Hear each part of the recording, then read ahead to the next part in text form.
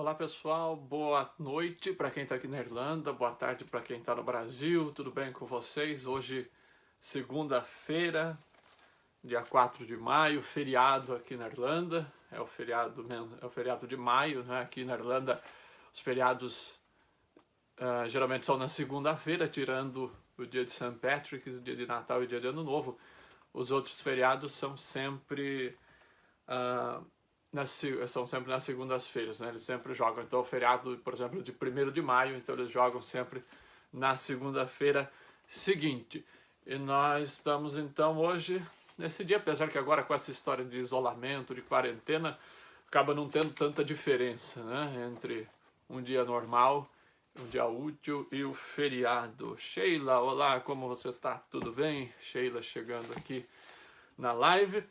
Então, para você que está chegando agora, a gente hoje vai fazer um estudo, uma catequese, né, na verdade, do livro de Atos dos Apóstolos, o livro que sempre nós estamos lendo durante esse tempo pascal na liturgia da Igreja Católica. Então, todo ano a gente lê, a gente reflete Atos dos Apóstolos durante os 50 dias do tempo pascal. E como geralmente os evangelhos, né, geralmente sempre a precedência é dos evangelhos, então acaba que os Atos dos Apóstolos eles, né, ficam mais como um complemento, como uma amarração da liturgia da palavra nas nossas missas e nas nossas celebrações. Então por isso que eu resolvi hoje fazer essa introdução, digamos assim, ao livro de Atos dos Apóstolos. Provavelmente depois a gente tem mais um dia durante a semana para a gente dar uma continuidade, porque eu tenho certeza que 1 hora hoje não vai ser suficiente para a gente entrar no tema e para a gente esgotar o tema, né? Enfim, vamos então começar fazendo uma oração em nome do Pai, do Filho e do Espírito Santo. Amém. Vamos pedir a presença do Espírito de Deus, que é aquele que nos motiva, que é aquele que nos inspira, que é aquele que nos fortalece, é aquele que também nos envia em missão e que é a fonte de inspiração dos autores sagrados. Portanto, é também a fonte, a inspiração, a luz para que nós possamos meditar, entender a Sagrada Escritura e fazer, pelo Espírito Santo, uma leitura sempre orante da Bíblia. Vinde, Espírito Santo, enchei os corações dos vossos fiéis e acendei neles o fogo do vosso amor. Enviai, Senhor, o vosso Espírito e tudo será criado e renovareis a face da terra. Oremos, ó Deus que instruístes os corações dos fiéis com a luz do Espírito Santo, fazei que apreciemos retamente todas as coisas segundo o mesmo Espírito e gozemos sempre de sua consolação. Por Cristo Senhor nosso. Amém. Glória ao Pai, ao Filho e ao Espírito Santo, como era no princípio, agora e sempre. Amém. Bom, bem-vindo para quem está chegando com a gente. A Sheila, como eu disse, já está aqui. A Roseli, também o Lucas Lepe, um abraço para todo mundo. A Maria Francisca, bem-vinda também.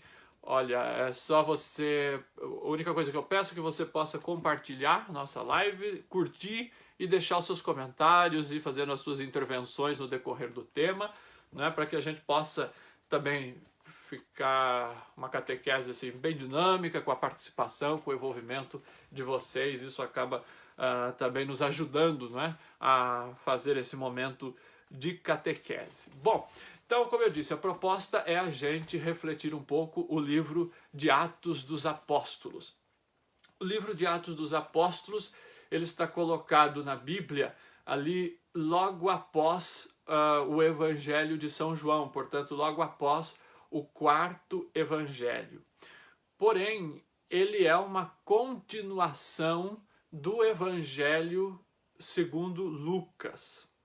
O livro de Atos dos Apóstolos, a gente pode dizer, é uma continuação, seria uma segunda parte do Evangelho de Lucas, né? Então, o lugar dele, se a gente fosse pensar assim, seria logo na sequência do Evangelho de São Lucas. Mas o cânone bíblico coloca daí o 4º Evangelho, o Evangelho de João, ali no meio dos dois. Então acaba dando uma quebra.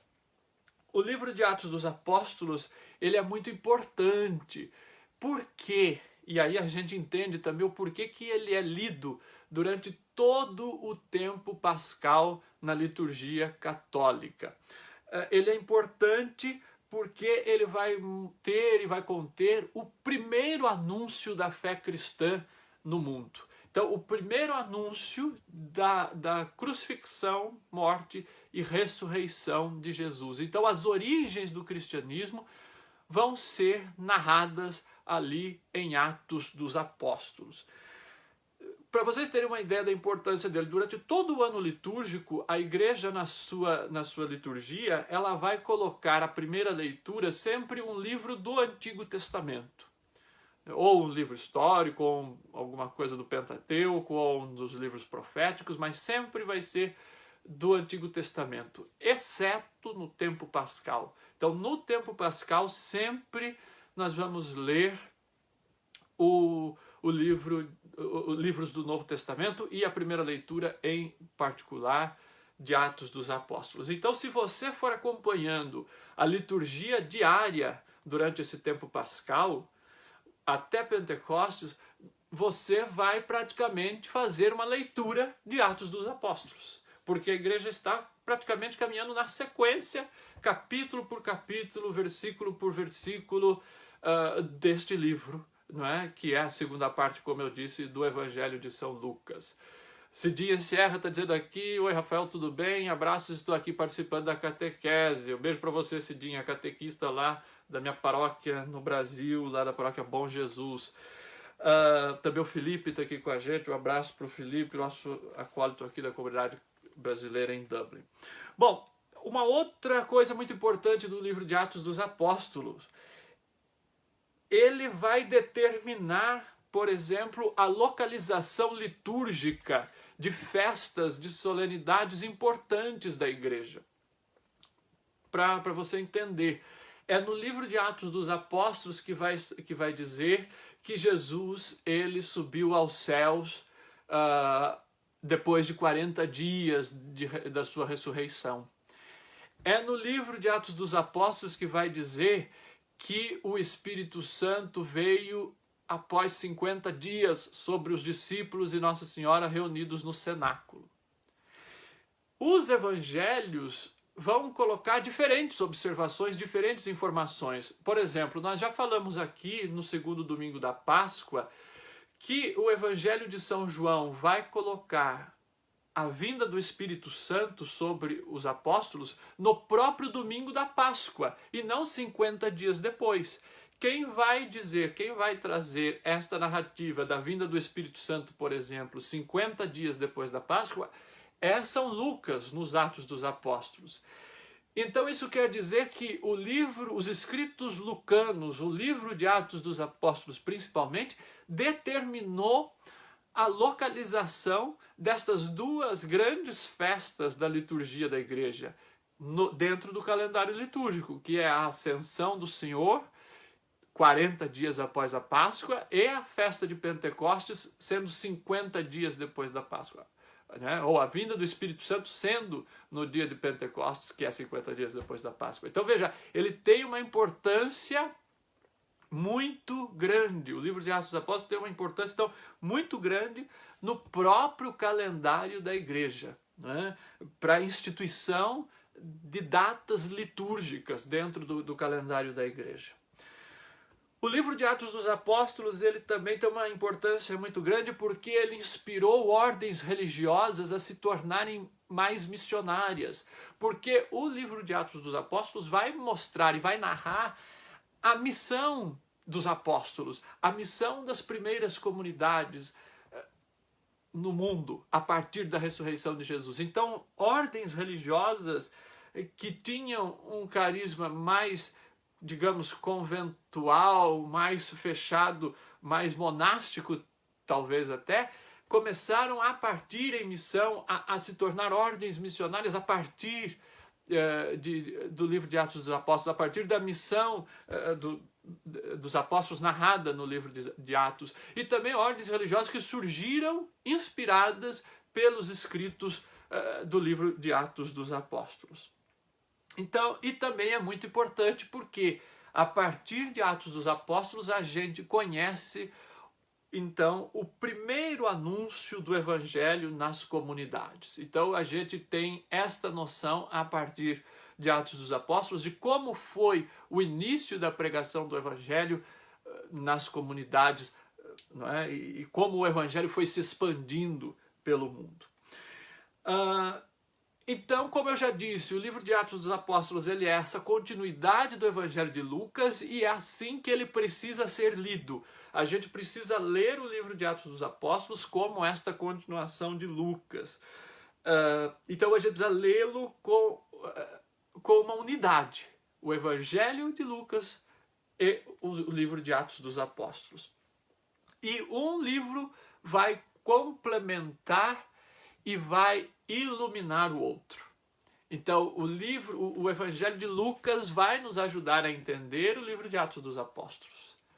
Porque nós vamos ver daqui a pouco que tem episódios que são correlacionados. Tem episódios que Lucas aplica no seu Evangelho a Jesus e que daí no livro de Atos dos Apóstolos ele muda alguns personagens. Por exemplo, ao invés de colocar Jesus, ele coloca algum dos apóstolos, por exemplo. Então, o livro de Atos dos Apóstolos, São Lucas escreve para mostrar que aquilo que Jesus fazia após a sua ressurreição passa a ser feito, passa a ser operado pelos apóstolos, em outras palavras, pela igreja cristã que estava ali surgindo. E o livro de Atos dos Apóstolos ele também tem uma ligação com a vida de Jesus. Ele tem uma ligação com a vida de Jesus, tudo que os apóstolos ali, que as primeiras comunidades vão pregar, tudo que elas vão anunciar, tem toda uma relação com Jesus. Eles vão pregar o próprio Cristo, morto e ressuscitado. E eu agora apresento para vocês alguns destes sinais, de ligação entre o terceiro evangelho e o livro de Atos. E também como é que a gente percebe, como é que os exegetos, como é que os estudiosos bíblicos foram entender e chegaram a esta conclusão de que se trata do mesmo autor, de que o autor do Evangelho de Lucas é o mesmo autor do livro de Atos dos Apóstolos. Se vocês pegarem, por exemplo, o começo, os primeiros versículos dos dois livros, e a gente vai fazer hoje muito essa dinâmica da gente se transportar do Evangelho de Lucas para o livro de Atos dos Apóstolos, a gente vai fazer muito isso o tempo todo. Então eu vou pegar aqui, na verdade eu deveria ter marcado aqui na Bíblia para ficar mais fácil, mas vai ficar tranquilo. Olha, como é que Lucas começa o seu evangelho? Ele diz assim, o prólogo do evangelho de Lucas.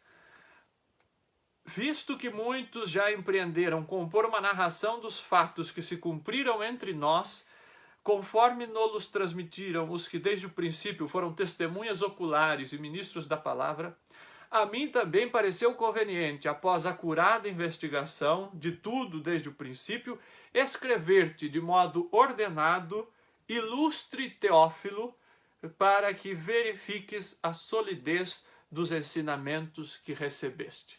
Então, visto que muitos já empreenderam alguma narração dos fatos que se cumpriram entre nós, então que fatos? Os fatos a respeito de Jesus.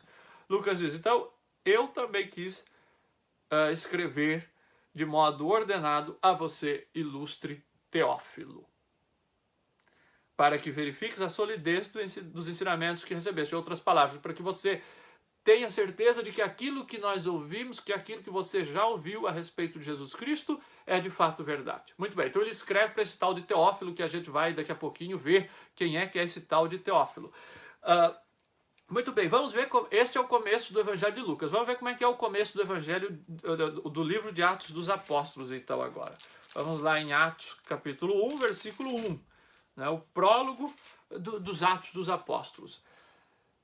Fiz meu primeiro relato, ó Teófilo, a respeito de todas as coisas que Jesus fez e ensinou desde o começo até o dia em que foi arrebatado ao céu.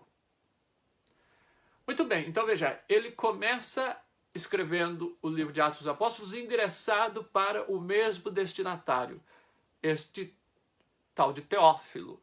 E ele diz, fiz meu primeiro relato a Teófilo. Então, ou seja, o autor dos Atos dos Apóstolos está dizendo que ele já havia escrito alguma outra coisa a respeito de Jesus, das coisas que Jesus fez e ensinou desde o começo até o dia que foi arrebatado ao céu, depois de ter dado instruções aos apóstolos, que escolheram sob a ação do Espírito Santo. Muito bem. Então, ambos os textos, ambos os livros, tanto o Evangelho quanto Atos, estão endereçados a Teófilo. Teófilo, a palavra Teófilo significa amigo de Deus. Né? Se a gente pegar a palavra filia, por exemplo, né? Filia é um tipo de amor. Nós temos 3 tipos de amor, né? Nós temos o ágape, que é aquele amor doação, que é o amor caridade, que é o amor de Deus, na verdade. O eros, que é o amor erótico, que é o amor da sensualidade. E nós temos o filia, que é o amor da amizade, o amor entre amigos. Então, filia, Teófilo, né? Esse prefixo significa Deus. Então, Teófilo significa aquele que é amigo de Deus. Né? Aquele que ama a Deus, que tem Deus como amigo. Então, os estudiosos de Novo Testamento, eles têm uma certa discussão para entender se de fato este Teófilo era uma pessoa mesmo, uma pessoa como eu sou uma pessoa, como você é uma pessoa, ou se este Teófilo era uma figura da comunidade cristã, era uma metáfora da comunidade cristã, de todos aqueles que eram amigos de Deus. Bom, sendo endereçado para uma pessoa específica ou para a comunidade, o que interessa é que nós, lendo o Evangelho de Lucas e também os Atos dos Apóstolos, e sendo endereçado a Teófilo, e se você se considera um amigo de Deus, assim como eu me considero um amigo de Deus, a gente pode compreender que ambos os textos foram escritos para mim e para você, para nós que nos consideramos um amigo de Deus. Compreendem? Então, esta figura do Teófilo, ela precisa ser amplificada e expandida para todos nós que seguimos Jesus Cristo, que amamos a Deus, não é? Que somos, então, amigos de Deus.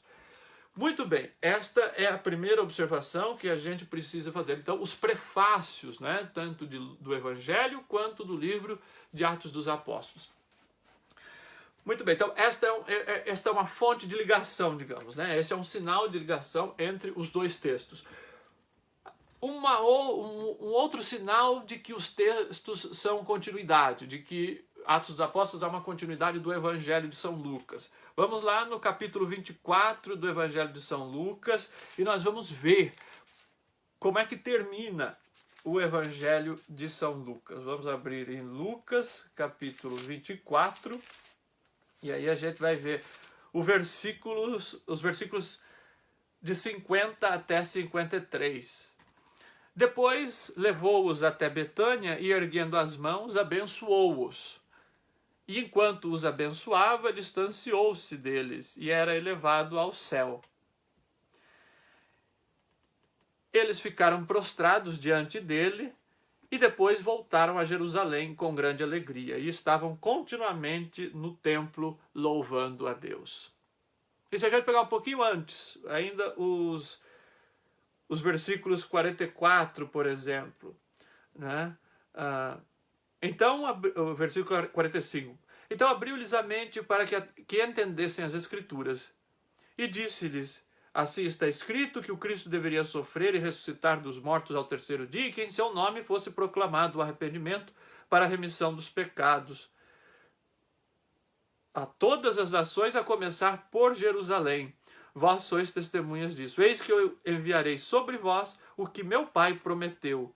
Por isso, permanecei na cidade até seres revestidos da força do alto. O que o Pai prometeu? O Espírito Santo. Então Jesus promete o Espírito Santo, Jesus instrui os discípulos a ir em missão e Jesus sobe ao céu. Pois não é exatamente assim que começa os Atos dos Apóstolos? Jesus acaba de dizer para Teófilo, Teófilo, no meu primeiro livro eu escrevi sobre Jesus, sobre as coisas que ele fez, sobre o que ele ensinou desde o começo até o dia que foi arrebatado ao céu, depois de ter dado instruções aos apóstolos que escolheram sob a ação do Espírito Santo. Então veja, a gente nota que claramente há uma continuação, há uma ligação entre o Evangelho de Lucas e entre o livro de Atos dos Apóstolos. Então, este é um outro sinal. Então, o final do Evangelho de Lucas, que é o episódio da ascensão de Jesus, ele é retomado aqui no livro de Atos. Tanto que aí o versículo 6 é justamente o episódio da ressurreição de Jesus, né? É o episódio da ressurreição de Jesus. Estando, pois, reunidos, eles a se interrogaram e tal, e aí vai dizer, né, que Jesus subiu aos céus, que os anjos apareceram e disseram, né, por que vocês estão olhando para o céu? Esse Jesus que foi arrebatado dentre vós para o céu, assim virá do mesmo modo como o vistes partir. Então veja, é claramente uma continuação, isso a gente precisa então notar. E aí a gente vai um pouco mais à frente, um outro sinal de ligação entre os dois livros e que, portanto, mostra para nós que é o mesmo autor. Lucas, né, o autor, no caso, ele vai retomar temas de destaque do seu evangelho no livro de Atos dos Apóstolos. Por exemplo, a salvação que vem de Deus. Essa questão, essa fala, todos verão a salvação que vem de Deus, vai estar lá em Lucas 3 e vai estar lá em Atos dos Apóstolos, capítulo 28. O tema de Jesus, luz das nações, está lá no episódio da apresentação de Jesus ao templo, quando Simeão fala que Jesus vai ser luz para as nações. E também está no capítulo 13 e no capítulo 26 de Atos dos Apóstolos. Então, claramente, há uma correlação entre os dois textos. Lucas, no seu evangelho, cita o Espírito Santo mais ou menos 16 vezes e cita o Espírito Santo 55 vezes nos Atos dos Apóstolos. Então, o tema do Espírito Santo é um tema muito comum nos textos lucanos. Lucas, ele fala muito do Espírito Santo. Então, tanto no Evangelho quanto no livro de Atos. Isso é mais uma prova de que se trata do mesmo autor, a forma como falam do Espírito Santo. E Lucas, nos Atos dos Apóstolos, é quem narra a descida do Espírito Santo 50 dias após a Páscoa, no dia de Pentecostes, no dia em que os judeus celebravam a festa das colheitas em Pentecostes. E Lucas cita várias vezes no seu evangelho a palavra de Deus e cita 38 vezes em Atos dos Apóstolos. Então, ou seja, o tema da palavra de Deus também é muito corriqueiro. Então, vejam, vocês percebem que há muitos sinais de que nos provam, que nos dão essa garantia. Então, isso é uma unanimidade entre os teólogos, entre os estudiosos da Bíblia, de que trata-se do mesmo autor. Nós vamos ver daqui a pouco quem é que é este autor. E nós vamos ver se, de fato, há um consenso ou não de quem seja o autor. Mas o que se sabe provavelmente, é a mesma pessoa que escreveu o Evangelho e o livro de Atos dos Apóstolos. Muito bem. E aí, a gente tem, então, Jesus como o ideal, como o protótipo, como aquele que vai realizar as profecias do Antigo Testamento. Então, as profecias, e é isso que Lucas tenta colocar no seu texto, que Jesus é aquele que cumpre, que realiza, que concretiza as promessas do Antigo Testamento e, ao mesmo tempo, ele é o modelo para o futuro das comunidades. Ele é aquele que vai para o testemunho dos apóstolos, para a pregação apostólica. Jesus é o modelo de missionário, ele é o missionário do Pai. Então, Jesus, ele é ali aquilo que une os dois livros, e Jesus ressuscitado. Então, a ressurreição de Jesus é o que faz um elo de ligação entre o Evangelho de Lucas e entre o livro dos Atos dos Apóstolos. E uma outra semelhança, uma outra característica é que Lucas, ele vai relatar, ele vai assemelhar fatos da vida de Jesus a fatos que estão relatados no Antigo Testamento. Eu vou dar alguns exemplos para vocês. Por exemplo, se a gente pegar o primeiro livro de Reis, capítulo 1, a gente vai ver a unção do rei Salomão. E nós vamos ver, então, como é que Salomão foi ungido. E vamos ver se vocês daí conseguem... se vocês conseguem aí relacionar com algum episódio da vida de Jesus. Então, por exemplo, primeiro livro de Reis, capítulo 1, versículo 33. Cadê?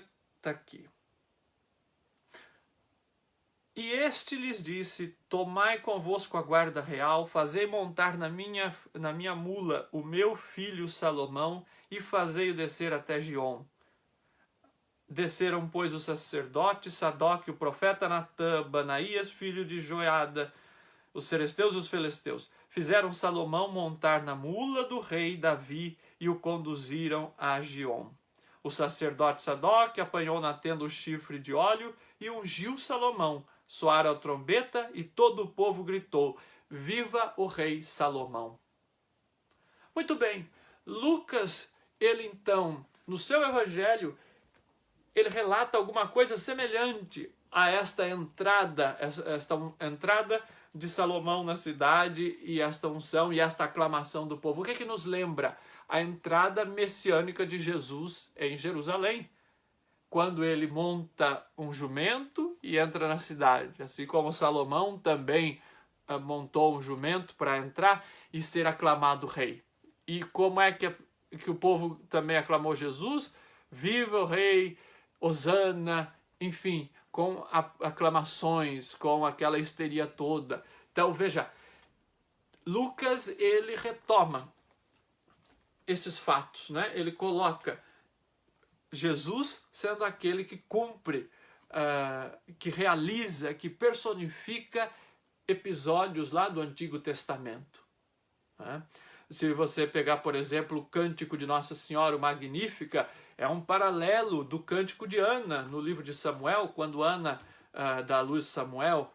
Então, veja, são muitas semelhanças. Lucas, ele usa muito esses paralelos do Antigo Testamento para com episódios da vida de Jesus. Então, se a gente trocar os personagens, a gente vai ver que é praticamente o mesmo episódio, né? É muito semelhante.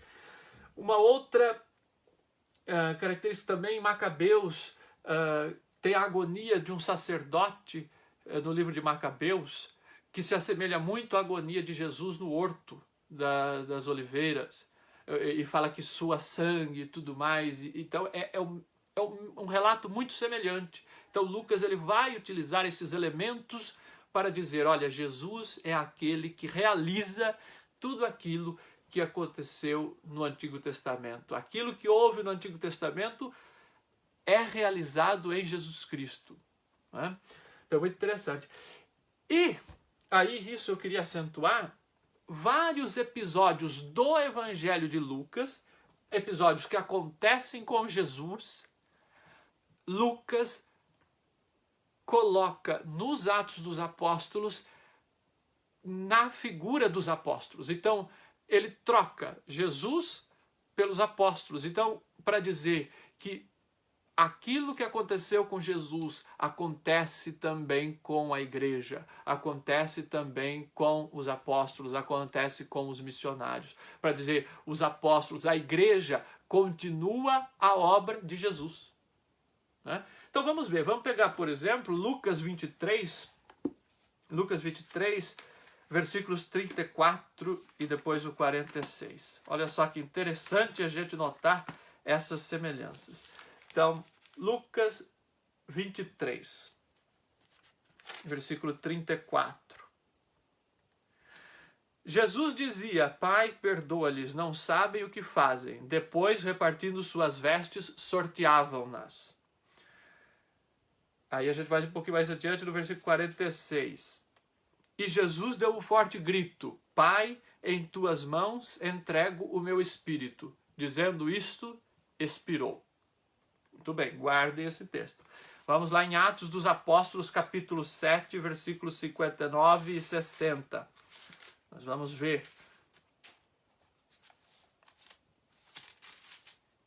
A morte de Santo Estevão, o primeiro mártir cristão. Está aqui. E apedrejaram Estevão, enquanto ele dizia esta invocação: Senhor Jesus, recebe meu espírito. Depois, caindo de joelhos, gritou em voz alta: Senhor, não lhes leves em conta este pecado. E dizendo isto, adormeceu. Conseguem perceber que, tirando o tipo de morte, veja, Jesus foi morto na cruz porque foi morto pelo Império Romano e a crucificação era a pena de morte do Império Romano. Estevão foi morto pelos judeus, então foi apedrejado. O apedrejamento era a pena de morte judaica. Então são instituições diferentes que mataram cada um, que mataram Jesus e que matou Estevão. Mas reparem que as palavras de Estevão são as mesmas palavras de Jesus na cruz. Primeiro ele é apedrejado e ele diz a invocação: Senhor Jesus, recebe o meu espírito. Então ele entrega o seu espírito a Jesus, que era o seu mestre, que era o qual ele seguia. Jesus, quando morre na cruz, diz: Pai, em tuas mãos entrego o meu espírito.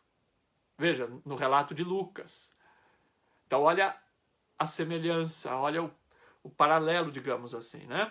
E depois ele diz, ele grita em voz alta: não lhes leves em conta este pecado. Ele pede perdão, e Santo Estevão pede perdão por aqueles que o apedrejaram. Jesus pede perdão por aqueles que o crucificaram. E dizendo isto, expirou na morte de Jesus. E aqui Santo Estevão, e dizendo isto, adormeceu. Consegue então, minha gente, identificar a semelhança para dizer: aquele que segue Jesus, ele vai sofrer como Jesus sofreu. Ele está agindo em nome de Jesus. É o ressuscitado que age na vida dele quando sofre pelo nome de Jesus. Então aquele que anuncia Jesus Cristo vai sofrer como Jesus sofreu. E vai ter o mesmo tipo de morte que o mestre teve. Então, veja, e tem às vezes as atitudes que Jesus, o cristão, aquele que é perseguido por causa do Evangelho, aquele que é perseguido por causa de Jesus Cristo, ele vai ser capaz de pedir perdão por aqueles que o ultrajaram, por aqueles que o maltrataram, por aqueles que o perseguiram. Compreende? Então, aquilo que acontece para Jesus, se estende, continua na atividade dos apóstolos, na atividade da igreja. Em outras palavras, é isso que São Lucas quer mostrar. E aí um outro texto, que é um texto lindíssimo, que também há um certo paralelo que a gente pode ver, que é o Evangelho de Lucas, capítulo 24, versículos 13 a 35, eu não vou ler esse texto porque é conhecidíssimo, foi o texto do Evangelho de 2 domingos atrás, que é os discípulos de Emaús. Vocês todos lembram como é que se dá a passagem dos discípulos de Emaús, né? Vou só recapitular rapidamente. Os discípulos estão caminhando, voltando de Jerusalém para Emaús no domingo da Páscoa, desanimados, tristes, porque Jesus havia morrido. Jesus entra no caminho, começa a caminhar com eles e começa a conversar com eles, pergunta para eles o que é que aconteceu, por que eles estão tristes. Eles vão dizer para Jesus, vão contar a história para Jesus.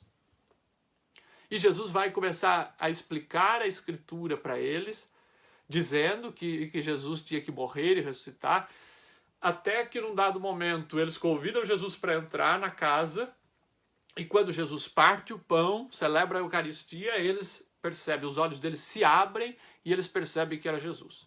Muito bem, lembram desse episódio. Vamos então ver Atos dos Apóstolos, capítulo 8, versículos de 26 a 40.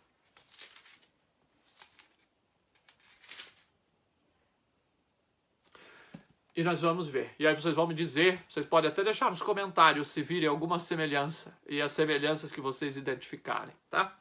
Então vamos lá.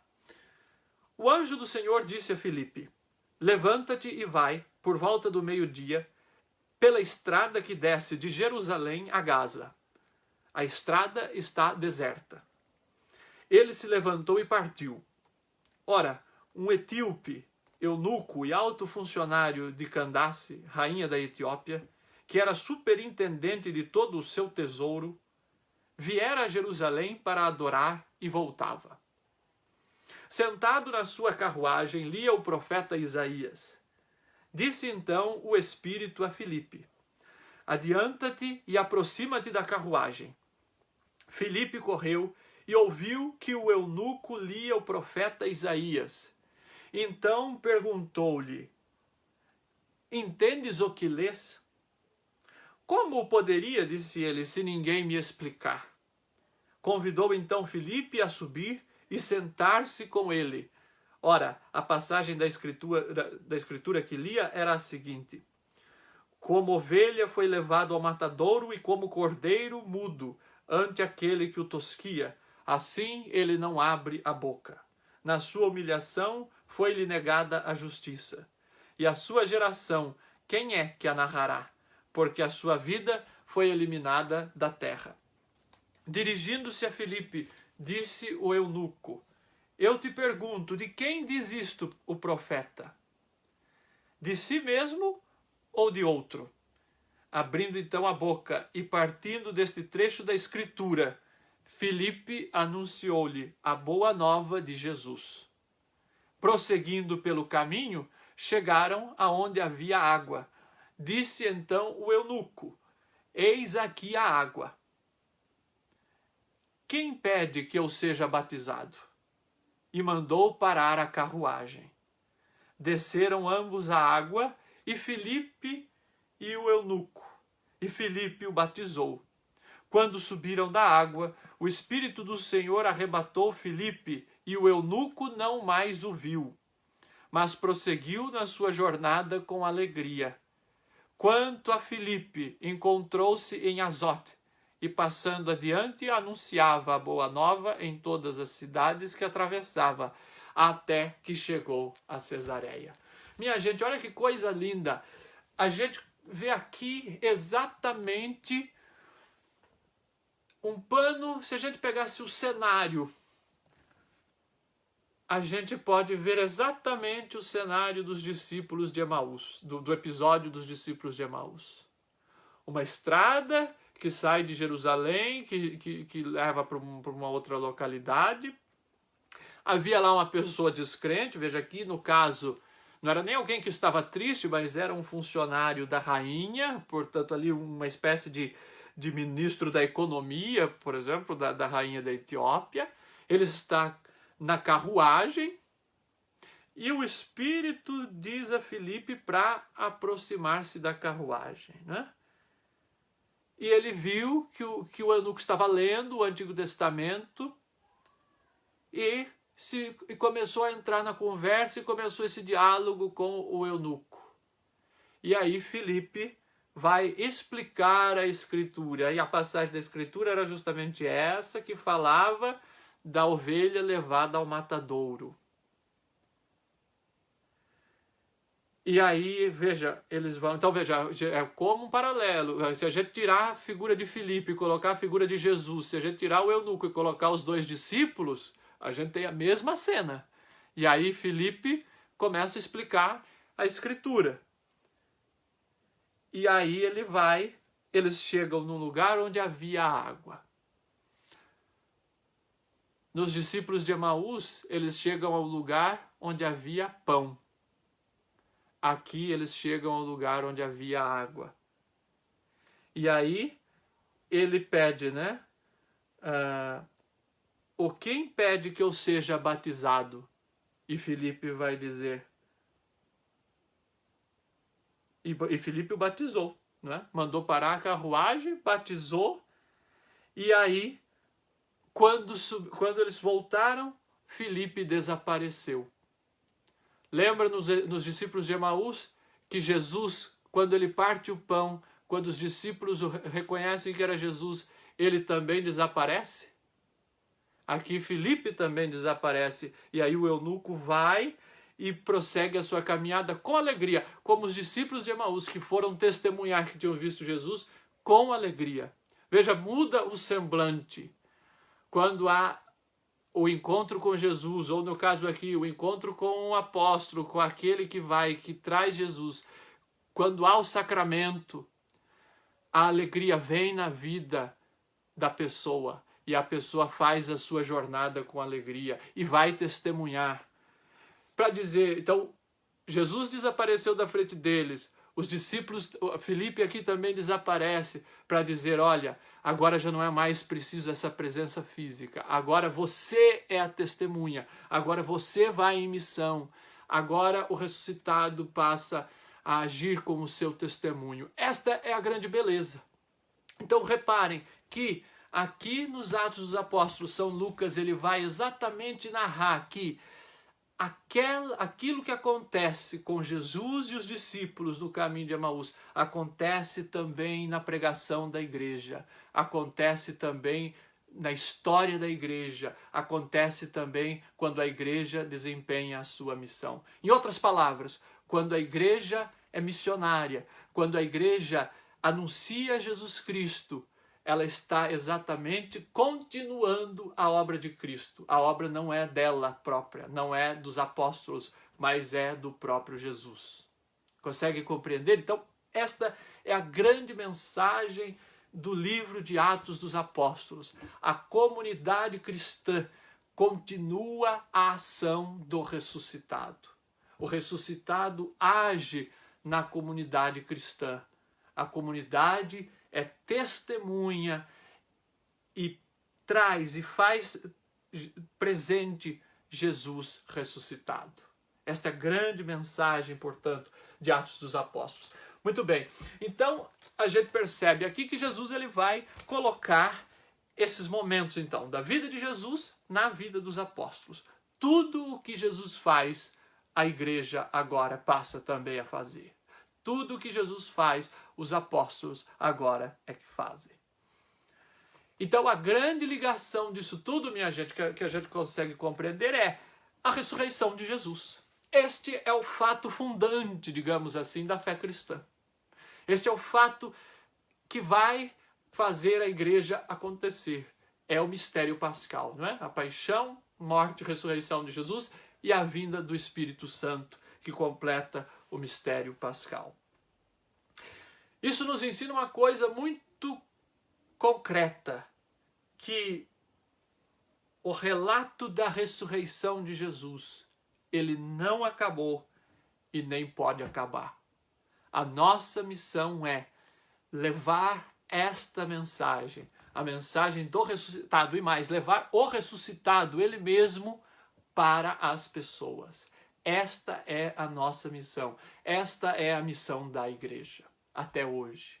E é por isso que a igreja não acaba. É por isso que Jesus disse, não é, para Pedro, tu és pedra, sobre essa pedra eu construirei a minha igreja e as portas do inferno não prevalecerão sobre ela. Por quê? Porque a igreja, a missão não é dela. A missão é de Jesus. Jesus confia a missão à igreja e o que ela faz nada mais é do que dar prosseguimento à missão de Jesus. E quando eu digo igreja, estou dizendo de nós aqui, de mim e de vocês. Não é? Não estou dizendo simplesmente da igreja instituição, estou dizendo da igreja todos nós formamos o corpo de Cristo, formamos o corpo do qual Cristo é a cabeça. Não é? Então veja, animados pelo Espírito Santo. Então esta é a grande beleza. Não é? Por isso que a gente diz que a igreja é o corpo místico de Cristo. Porque cada um de nós batizados, como foi batizado ali o eunuco, cada um de nós somos continuadores dessa missão. Muito bem, então em Atos dos Apóstolos, a missão de Jesus, a ação de Jesus, aquilo que Jesus fazia, ela vai continuar através do Espírito Santo. através da sua palavra. Então, não se acaba, a missão nunca se acaba. E é interessante porque aí a gente vai lá para o capítulo 28 dos Atos dos Apóstolos, que é muito interessante, nos versículos 30 e 31, que é bem o finalzinho do livro, e vai dizer assim: Paulo ficou 2 anos inteiros na moradia que havia alugado, recebia todos aqueles que vinham visitá-lo, proclamando o reino de Deus e ensinando o que se refere ao Senhor Jesus Cristo com toda a intrepidez e sem impedimento. Então, ou seja, o livro de Atos dos Apóstolos termina com Paulo em Roma e anunciando, proclamando o reino de Deus. Olha, recebia todos aqueles que vinham visitá-lo. Ou seja, a universalidade da igreja, a igreja que vem para anunciar o evangelho a todos, proclamando o reino de Deus e ensinando o que se refere a Jesus, com toda a intrepidez e sem impedimento. Veja, então, de novo, a missão nunca se acaba. A missão nunca se apaga, nunca se acaba. E aqui então a gente vê o livro de Atos, ele vai terminar mostrando Paulo em Roma, né? Depois, provavelmente no próximo encontro, na próxima live, nós vamos aí falar dessa divisão, como é que o livro de Atos dos Apóstolos está dividido e o que é que ele relata, né? Primeiro a gente está fazendo esse sobrevoo para entender a parte estrutural, digamos assim, né? Para entender como é que ele é uma continuidade do Evangelho de Lucas. E depois da próxima live a gente vai falar justamente sobre esta divisão propriamente dita, né? A estrutura em si, a organização do livro dos Atos dos Apóstolos. Mas algumas coisas interessantes para a gente constatar. Vocês lembram que a gente acabou de ler minutos atrás, o final do Evangelho de Lucas, o capítulo 24, quando Jesus envia os apóstolos em missão, né? Então ele abre para a missão dos apóstolos, né? E em Atos, no livro de Atos, por sua vez, ele vai terminar abrindo a missão da igreja para o futuro, para o mundo, né? Então, se no Evangelho de Lucas ele vai terminar com Jesus enviando os discípulos em missão para aquilo que vai ser continuado aqui no livro de Atos, em Atos ele termina com a missão aberta para o mundo todo, né? Com a missão aberta, Paulo recebia todos aqueles que vinham visitá-lo e proclamava o reino de Deus. Então, veja, o livro de Atos ele praticamente não termina, ele deixa em aberto, né? Se Atos é a continuação do Evangelho de Lucas, a igreja é a continuação de Atos dos Apóstolos. A igreja, ela continua esta missão apostólica. É muito interessante, é muito bonito, né? É muito interessante a gente notar isso, né? Que Lucas ele meio que deixa assim em reticências, né? Agora ele passa o bastão, digamos assim, né? Então Jesus passou o bastão, se a gente pode usar esse tipo de linguagem, passou o bastão para os discípulos, para os apóstolos. Agora os apóstolos, através de Paulo, passam o bastão para a igreja, para as comunidades, né? Sim, claro, os apóstolos já eram a igreja, mas eu digo para as comunidades de hoje. Então essa é a nossa missão, que nós recebemos dos apóstolos. Muito bem. Agora vamos falar um pouquinho de um outro aspecto do livro de Atos dos Apóstolos, que é a questão da sua autoria. Bom, nós vimos que é o mesmo autor de Lucas, estávamos discutindo isso até agora, né? Mostrando isso, os paralelos e as semelhanças que há com o Evangelho de Lucas, enfim. Mas quem é esse autor, afinal? Bom, a minha missão aqui e o meu objetivo não é esclarecer ou dar uma resposta definitiva, até porque há também certa divergência entre os teólogos, e aqui não vou não sou biblista, não vou fazer esse julgamento de quem é que está com a razão. Mas eu vou apresentar para vocês as duas opiniões, né, principais, digamos assim, que existe a respeito da autoria do livro do Evangelho de Lucas e, consequentemente, dos Atos dos Apóstolos. A literatura tradicional, os estudiosos, né, mais tradicionais, e a tradição da igreja vai apresentar como sendo Lucas, né, companheiro de Paulo, né, um colaborador de Paulo. E esse Lucas seria um médico. Onde é que a gente vê isso? Bom, nós vamos ver então algumas referências. A carta de Paulo a Filemon, no versículo 24, nós vamos abrir para ver a carta de Paulo a Filemon. Tito, Filemon, tá aqui. Olha só, a gente vai ver que tinha um tal de Lucas que era de fato muito próximo a Paulo, que era um colaborador de Paulo e que era médico. Olha, Paulo, ele escreve a Filemon e ele termina a sua breve carta a Filemon dizendo: saudações de Epáfras, meu companheiro de prisão em Cristo Jesus, de Marcos, Aristarco, Demas e Lucas, meus colaboradores. A graça do Senhor Jesus esteja com o vosso espírito. Bom, então tinha aqui um tal de Lucas que era colaborador de Paulo. Ele mesmo diz que havia, né, escreve essa carta a Filemon e diz: olha, receba isso em nome meu e desses meus colaboradores, Lucas inclusive. Se a gente for um pouquinho antes, na segunda carta a Timóteo, segunda carta de São Paulo a Timóteo, capítulo 4, versículo 11.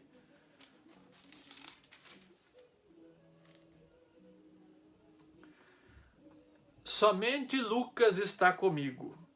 Ele vai dizer: procura vir me encontrar o mais depressa possível, pois Demas me abandonou por amor do mundo presente. Ele partiu para Tessalônica, Crescente para a Galácia, Tito para a Dalmácia. Somente Lucas está comigo. Então veja, mais uma vez, Lucas aparece como um grande companheiro, um grande amigo de Paulo.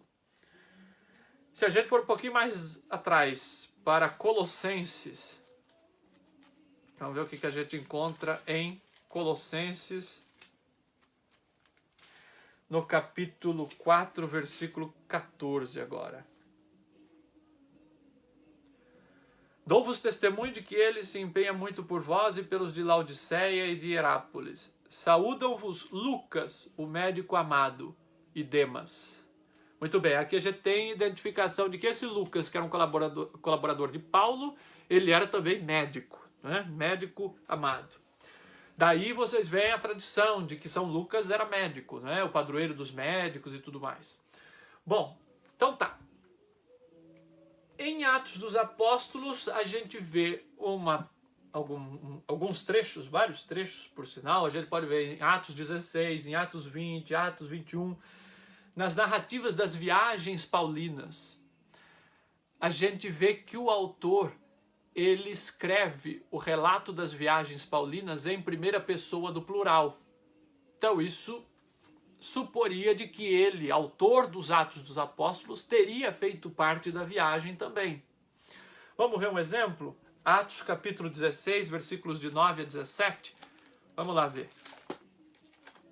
Vamos ver o que a gente encontra aí, só para vocês terem ideia. Se tiverem comentários a fazer, pode ir deixando também aí nos comentários, viu, gente? É sempre bom a gente ouvir também vocês, se tiver alguma pergunta, alguma coisa. Atos 16, de 9 a 17. Ora, durante a noite sobreveio a Paulo uma visão. O macedônio de pé diante dele fazia-lhe este pedido: vem para a Macedônia e ajuda-nos. Logo após a visão, procuramos partir para a Macedônia, persuadidos de que Deus nos chamava para anunciar-lhes a boa nova.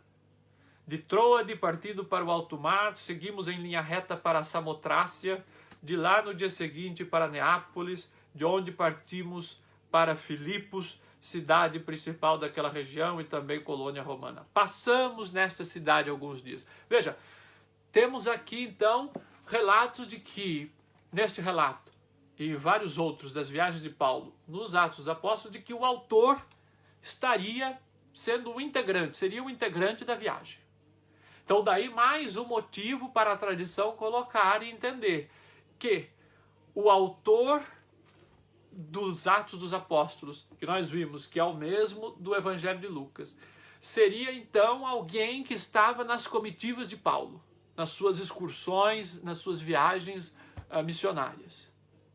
Nós vemos que lá em Atos, que lá nas cartas paulinas há aqueles relatos de que Paulo seria que Lucas seria um colaborador de Paulo. Então, aí a tradição da igreja coloca de que o autor do Evangelho e dos Atos dos Apóstolos seria Lucas, este companheiro de viagem de Paulo, este companheiro de missão de Paulo.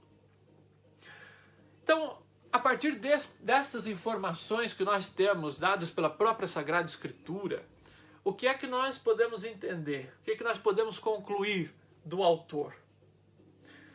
Podemos concluir de que o autor, ele era alguém ali da geração apostólica. Então, o autor do Evangelho e também dos Atos dos Apóstolos, ele era da geração apostólica, porque ele conhecia ali os escritos paulinos, ele conhecia informações a respeito de Paulo. Pelo menos isso, né? Pelo menos. A gente vê que ele tem informações a respeito.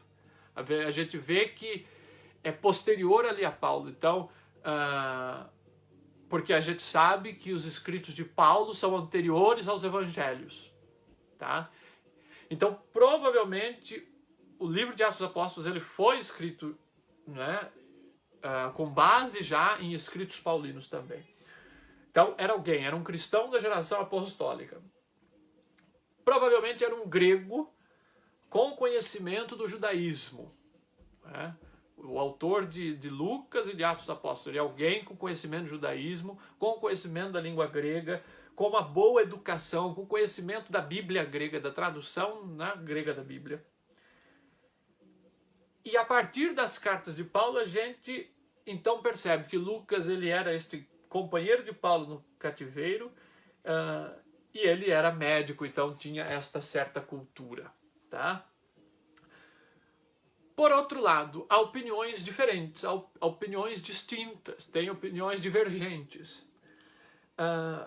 Há diferenças entre os relatos de Atos dos Apóstolos e das cartas de Paulo, principalmente diferenças de informações, diferenças, por exemplo, no que tange as visitas de Paulo a Jerusalém. Nas cartas, Paulo dava determinado tipo de informação que Lucas, em Atos dos Apóstolos, dava diferente.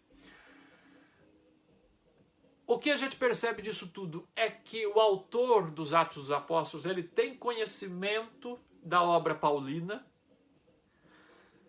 mas ele não leva em conta os pormenores. Ele não leva em conta os pormenores. Ele não está preocupado com informações detalhadas, com informações técnicas, com informações, por exemplo, de quilometragem, com informações geográficas. Ele não está muito preocupado com a exatidão desses fatos. Ele está mais preocupado com a catequese, com aquilo que ele vai dizer para as comunidades, com o ensinamento para as comunidades. É isso que ele está mais preocupado. E a descrição que a gente encontra de Paulo em Atos dos Apóstolos é uma descrição de um Paulo menos severo, de um Paulo um pouco mais aberto do que a descrição do que a autodescrição que Paulo faz de si, né? Paulo se autodescreve muito mais rígido, como uma pessoa muito rigorosa, vinda do judaísmo, não é? Lucas em Atos coloca um Paulo mais tolerante, um Paulo mais que procura mais uma unidade, porque Lucas vai escrever para uma comunidade, né, que tinha pessoas vindas também do paganismo, enfim, é uma comunidade mais diversa, né? Que Lucas vai escrever. Então, por isso, e também tem um outro relato, uma outra diferença, por exemplo, que na conversão, no episódio da conversão de São Paulo, em Atos dos Apóstolos, Paulo ouviu uma voz e caiu no caminho. Nas cartas, Paulo descreve a sua conversão a partir de uma visão de Jesus ressuscitado. Então veja, são diferentes relatos, né? São diferentes relatos. Então, por isso, alguns estudiosos, alguns autores vão dizer, olha, provavelmente o autor dos Atos dos Apóstolos não era um colaborador assim tão próximo de Paulo, senão ele teria posto informações mais precisas, informações mais uníssonas, digamos assim, aos escritos paulinos, não é? Mas, enfim, por isso que eu deixo em aberto para vocês, não é a minha tarefa aqui e nem isso que eu quero. Foi né, de fato, o autor é um discípulo fiel de Paulo? Não é? Eu acho que isso não é o mais importante. Eu acho que isso não é o primordial aqui dos textos. Né? Não é essa a coisa fundamental.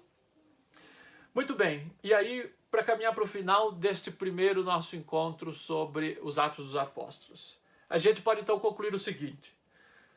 O autor do terceiro evangelho, né, de São Lucas e dos Atos dos Apóstolos, ele pode ter tido acesso às cartas de Paulo, ainda que ele não fosse um colaborador estrito de Paulo, mas ele pode ter tido acesso às cartas de Paulo. E talvez ter conhecido Paulo no cativeiro, pode ser. Podem companheiros de Paulo ter dado informações a ele, ao autor. E muito provavelmente ele pode também ter ouvido e ter recebido relatos dos companheiros de Paulo. E aí ele manteve esta linguagem. Nós deslocamos daqui para lá, Paulo recebeu tal missão para ir não sei para onde, nós fomos, saímos de lá, e aí ele manteve a primeira pessoa.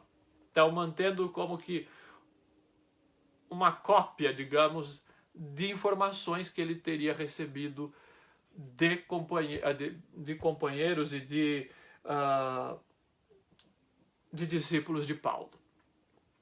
Então, é nesse sentido que eu deixo em aberto, né? Por exemplo, de algum diário, né? Ele pode ter recebido essas informações das viagens paulinas de algum diário. Bom, isso é o que a gente encontra pesquisando hoje, né? As diferentes opiniões dos exegetas, dos estudiosos da Bíblia a respeito. É uma coisa que eles continuam pesquisando.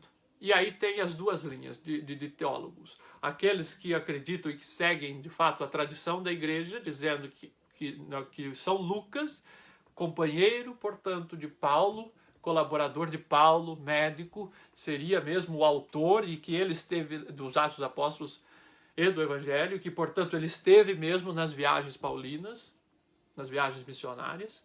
E há esta outra corrente que identifica, sim, essas diferenças e que, portanto, dizem que não há tanta certeza e não há garantia de que tenha sido este Lucas o autor das cartas. De qualquer forma, é atribuído a Lucas. A tradição da igreja atribui a Lucas, né? Mas só para vocês saberem que há essas diferenças, né, no estudo teológico, no estudo bíblico. Sheila está perguntando aqui, Paulo caiu do cavalo? Sheila, cenas dos próximos capítulos. A gente já teve na liturgia da semana passada, acho que foi do sábado, né? Ou na sexta-feira, acho que sexta-feira, o relato da conversão de Paulo na primeira leitura. né? Mas nós vamos falar, de repente, disso na próxima live, quando a gente for falar da estrutura, né? do livro de Atos dos Apóstolos. Mas o livro não fala que Paulo caiu do cavalo. Diz que ele caiu quando ouviu a voz, né? Mas a gente vai entrar nessas questões depois, né? A gente pode também falar, é como lá no Gênesis, que falam, né? Comeu da maçã, mas o livro não diz, comeu do fruto, mas não diz que fruto, né? Agora, há artistas, por exemplo, que pintam esta cena da conversão de São Paulo como ele caindo do cavalo, né? A Sheila sabe muito bem, a Sheila que fez a pergunta se Paulo caiu do cavalo, ela sabe muito bem que eu gosto muito das obras de Caravaggio, e lá em Roma tive a oportunidade de ver, numa das igrejas, se eu não me engano, na Santa Maria do Popolo, não lembro, que há 2 quadros de Caravaggio, um sobre São Pedro e o outro da conversão de São Paulo. E aí Caravaggio pinta Paulo caindo do cavalo. Ele pinta Paulo caindo do cavalo. Mas o texto não fala de cavalo, né? Nós vamos ver. Eu não quero fazer um spoiler aqui, né? Como está na moda essa palavra, spoiler, mas a gente vai conversar sobre isso na próxima live. Deixa eu ver que horas são. Ixi, já passamos já da hora, né? Já dá 1h10 quase já. Então, eu vou provavelmente, eu não sei se amanhã ou na quarta-feira, mas enfim, eu deixo um recado aqui no Face de quando a gente vai fazer a próxima live, continuando o livro de Atos dos Apóstolos. Em São Paulo, fora dos muros, tem outra obra também, eu não lembro, ele cai do cavalo também, Sheila, nessa, na Basílica de São Paulo? Exatamente, tem, porque a Basílica é dedicada a São Paulo. Tem uma cena da conversão dele. Enfim, a gente vai discutir sobre isso, né? Sobre porque eu já adianto um pouquinho, né? No livro de Atos dos Apóstolos, a estrutura, nós temos 2 personagens centrais, digamos assim, em Atos dos Apóstolos, que é Pedro e Paulo, não é?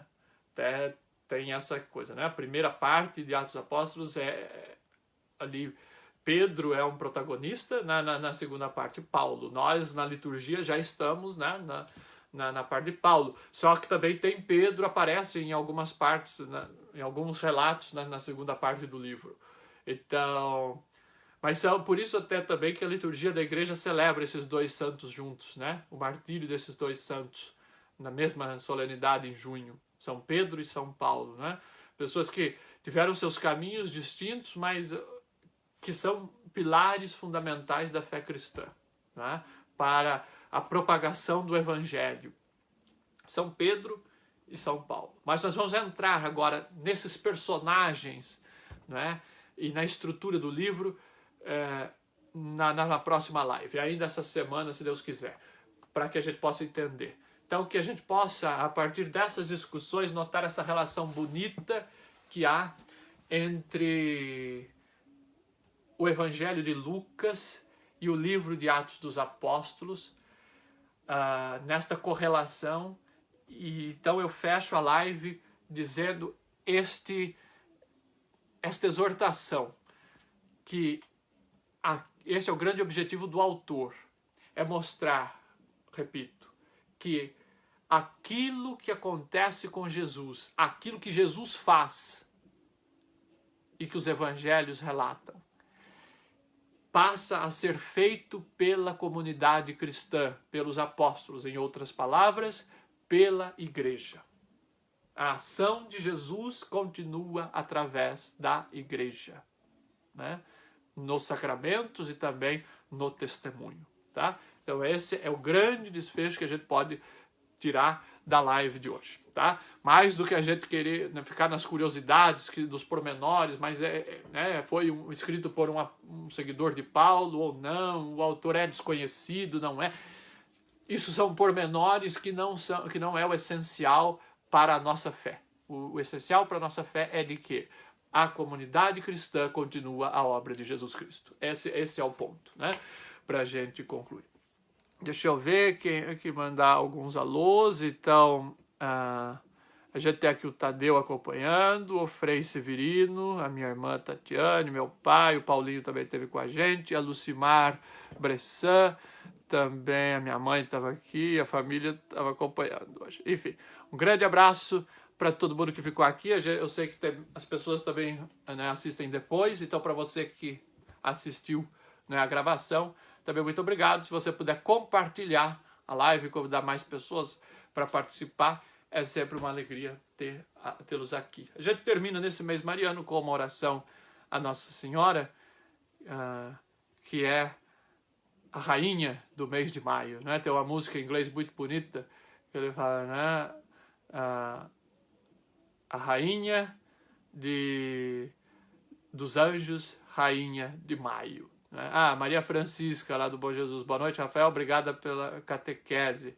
Eu que agradeço vocês pela paciência e por estarem aqui acompanhando, né? Sempre uma alegria a gente poder partilhar da nossa fé. Ave Maria, cheia de graça, o Senhor é convosco. Bendita sois vós entre as mulheres e bendito é o fruto do vosso ventre, Jesus. Santa Maria, Mãe de Deus, rogai por nós, pecadores, agora e na hora de nossa morte. Amém. Em nome do Pai, do Filho e do Espírito Santo. Amém. Muito obrigado, pessoal, pela companhia, muito obrigado por acompanhar e até a próxima, se Deus quiser. Um abraço a todos.